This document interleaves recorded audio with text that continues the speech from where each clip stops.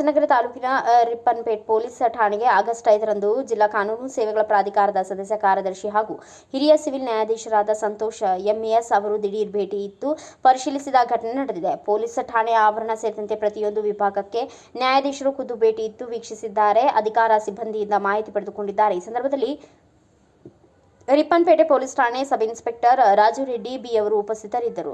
ಹೊಸನಗರದ ಪಟ್ಟಣದ 10ನೇ ವಾರ್ಡ್ ಅಂಗನವಾಡಿ ಕೇಂದ್ರಕ್ಕೆ ನ್ಯಾಯಾಧೀಶರು ದಿಢೀರ್ ಭೇಟಿ ಇತ್ತು ಪರಿಶೀಲಿಸಿದ್ದಾರೆ. ಈ ವೇಳೆ ಅಂಗನವಾಡಿ ಕಾರ್ಯಕರ್ತೆ ಹಾಗೂ ಸಹಾಯಕಿಯರ ಜೊತೆ ಸಮಾಲೋಚಿಸಿದ್ದಾರೆ. ಹೊಸನಗರ ಪಟ್ಟಣದ ತಾಲೂಕು ಪಂಚಾಯಿತಿ ಕಚೇರಿಯಲ್ಲಿ ಗ್ರಾಮ ಪಂಚಾಯಿತಿ ಅಭಿವೃದ್ಧಿ ಅಧಿಕಾರಿಗಳಿಗೆ ಹಾಗೂ ಮಹಿಳಾ ಸ್ವಸಹಾಯ ಸಂಘದ ಸದಸ್ಯರಿಗೆ ಆಯೋಜಿಸಿದ್ದ ಖಾಯಂ ಲೋಕ ಅದಾಲತ್ ಕುರಿತು ಕಾನೂನು ಅರಿವು ಕಾರ್ಯಕ್ರಮವನ್ನು ನ್ಯಾಯಾಧೀಶರಾದ ಸಂತೋಷ್ ಎಂಎಸ್ ಅವರು ಉದ್ಘಾಟಿಸಿದರು.